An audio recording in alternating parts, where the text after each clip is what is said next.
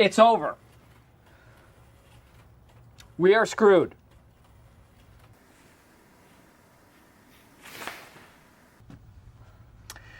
This is the worst.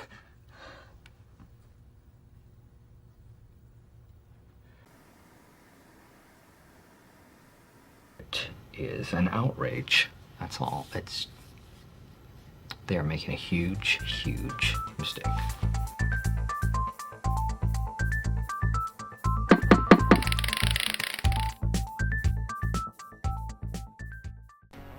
Hi everyone, Mike here at Bikes by Mike for another cycling related video. This is the first of 5 episodes I'll be doing on the Haute Route Pyrenees 5-day cycling sportif race. The first episode will be all about the course and race logistics, basically to give you enough information to decide yourself whether or not this is something you'd want to try.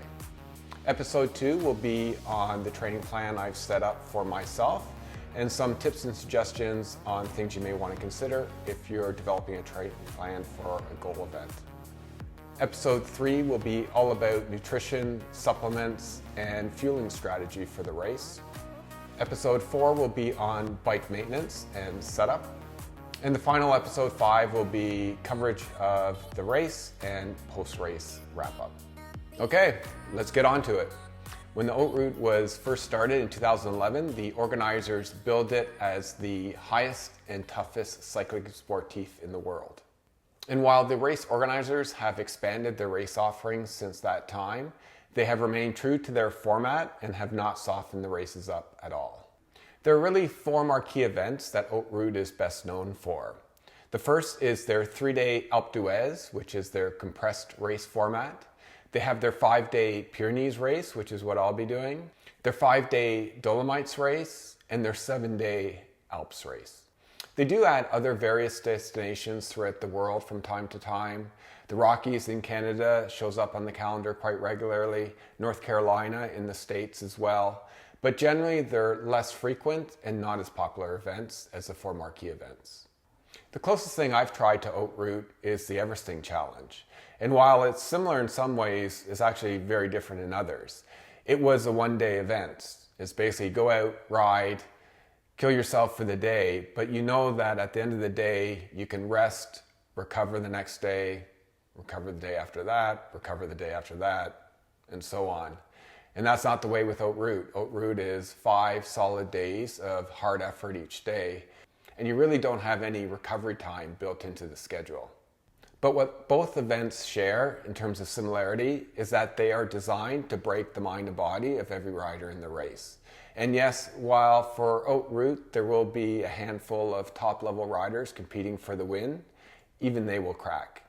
Top pro riders all crack when competing in similar terrain, and the same will happen for this race. There are plenty of amateur sportifs around the world, but the Haute Route has developed a reputation for being different from the others in one main way, in that it comes closest to replicating what pro riders would experience in a tough day of racing in the mountains. They come closer than others in replicating the pro experience. And here's how they do this. First is with respect to the course design. The races come in 3, 5, and 7-day formats, but it's really the 5 and 7-day that are designed to most closely replicate a pro stage race in the mountains. So let's see how the Haute Route measures up to a pro stage race. We'll take a Grand Tour, one of the 3 Grand Tours, because people are generally familiar with those. And we'll take this one, the Tour de France, since it's the most popular and most publicized Grand Tour in the world. So I've taken the stats from this year's Haute Route Pyrenees race and have compared it to the toughest week in last year's Tour de France, which is the final week, or stages 15 to 19. Looking at the total distance covered over the 5 days of racing, the Haute Route course is about 25% shorter than the Tour de France at 627 kilometers. So that's good news, but it only gets worse from here. When looking at vertical gain, they are very similar. 15,700 meters for Haute Route and 16,949 meters for the Tour de France. But the most important stat to me in judging the level of difficulty in the 2 races is the number of category climbs and by type. And this is where things get really scary. Both races are very similar in terms of the number of categorized climbs. Haute Route has 15 categorized climbs to the Tour de France's 16. But what's really interesting is that if we take the two toughest categories of climbs, which is the HC or beyond categorization and the Cat 1 climbs, the numbers are identical, 9 for each race. Yikes. And here's a course profile for the 5 days of racing to visualize the similarities between the two races. But did I miscalculate? Am I missing something? I don't know. But this guy should know something about how Haute Route compares to a pro race. Let's see what he says. Racing's great. Courses are just as hard as any pro race, maybe harder for 1 week, more climbing. So the next way Haute Route makes this a pro experience is through the competition of the riders. And next to the course stats, for me, this was the next most important consideration when I was deciding whether or not to do this race.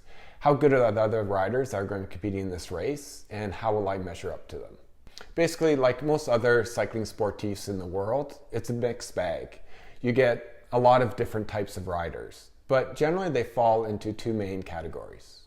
Group 1 are riders that just want to complete the race and make the time cut on each day.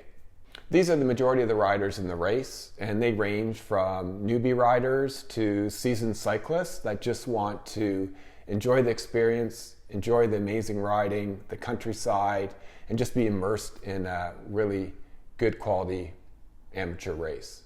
They know that for a race like this, just completing it is a huge accomplishment. And speaking of time cut, the race organizers say that if you want to make the time cut on each day, you have to average 15 kilometers per hour throughout the entire stage. And that would be an average speed based on the climbing as well as the descending. So you can test this out yourself very quickly as to whether or not you'll be able to make the time cut by going out on a ride with a similar amount of elevation and see what your average speed is. The second group of riders are those that are competing for time and position. And within this group, you have two subgroups. You have a small handful of riders that know that they are capable of winning. And these would be current and past pro riders, as well as top elite cyclists. And then you also have a group of riders that know they can't win, but are racing for a respectable position. And that's where I fall into. If you're struggling to figure out which group you fall into, probably using that average speed of 15 kilometers per hour as the floor of what's required to make the cut each day and how far above that you stand is a good indication as to where you should position yourself in terms of your event goal. The only other bit of tidbit of data I've come across that helped me identify kind of what the competition is like and where I should position myself in terms of my event goal is this chart here.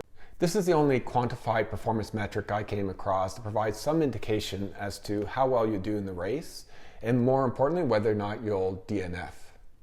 So you can see from the chart that if you're aiming for top 10 finish, you need an FTP or power to weight ratio of around 5. That's pro level performance for sure. And even if you're just aiming for a top 100 placement, you'll need a power to weight ratio of over 4.5 watts per kilogram. This is amateur elite level. And finally, if you're looking for a top 250 placement, you need a greater than 4 watts per kilogram power to weight ratio. And that's roughly what I'm aiming for. And somewhere around 3 watts per kilogram is what they are saying as the power to weight ratio you need to finish the race and not DNF. Now this chart is based on rider data from 2013 and 14, but unfortunately they don't state the number of riders in that race. But that typically is capped at 400 riders, so we can assume that an FTP greater than 4.5 watts per kilogram will put you in the top quarter of the field for most races. But there's a big wild card that you really can't account for, that everyone talks about that's done this race. And that is, it's so hard to predict how your body will react through multiple consecutive days of hard racing. Even hardcore racers, amateurs or pros, rarely test their bodies this way through multiple days, 5 solid days of racing through hard terrain. So you really won't know how your body's going to respond until race week. Tough. So the third and final way that Haute Route makes this a pro experience is through the services and amenities they provide. It really is impressive when you look at the services, amenities, and support that race organizers provide the riders. I remember when I was reading this, I was thinking to myself, is there anything that I'm not provided with that pro riders are provided with? And I really couldn't think of anything major. Before I started thinking seriously about competing in an Haute Route race, I just assumed it'd be too expensive and outside my budget. But it's actually quite reasonably priced based on what you get.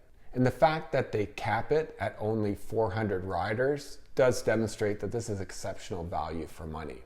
And they can only do that, I imagine, by having a lot of really good sponsors. And they do have a lot of sponsors. Some services they offer aren't that important or critical, but others are just really nice to have. Definitely one of the best amenities they provide is the dozens of massage therapists they have on site to provide post-ride massages. This is really nice and really does get the blood moving and relaxes the muscles after a hard day of cycling. And you get this after every single stage. Beautiful. I'm just having my post-stage massage with Selena here. What's supposed to? Yeah, and it's it's the greatest thing in the universe. So this is part of the Haute Route. If you come do it, there's massages at the end of every stage, and they make your legs feel much better. Okay, she won't hurt you. Having a neutralized race start just feels pro. I don't know what it is about it, but it just feels cool. And the first 20 kilometers or so of the race, I believe, is on closed roads with marshals and police officers blocking traffic, which just feels pro. And you get full mechanical support in the village, as well as in-race support through the Mavic motorbikes and neutralized service cars. My buddy Mike competed in Haute Route Alps several years ago, and he was riding, got a flat tire, came to a stop, and almost as soon as he came to a stop, neutralized service vehicle was there, swapped out his tire, pushed him off, and he's off riding again. Totally pro level experience. Okay, feed stations might not sound all that different or all that pro, but to have good, properly stocked feed stations, those generally are quite rare in cycling sportifs, and Haute Route are known to have excellent feed stations with lots of supplies.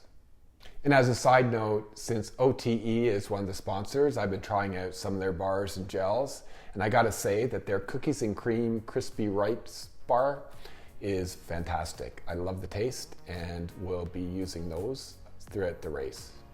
So that's a bit of an explanation on the Haute Route events. Hopefully you found a bit of this helpful, and maybe it'll help you decide yourself whether or not this is something you'd want to do. Stay tuned for my next episode on how to develop a training program for Haute Route or for any other goal event. That's all I got for today, folks. If you like this video, please give me a thumbs up and share it with your friends. If you're not a subscriber to my channel, please subscribe. It allows me to produce more content for all of you. Happy rolling, everyone.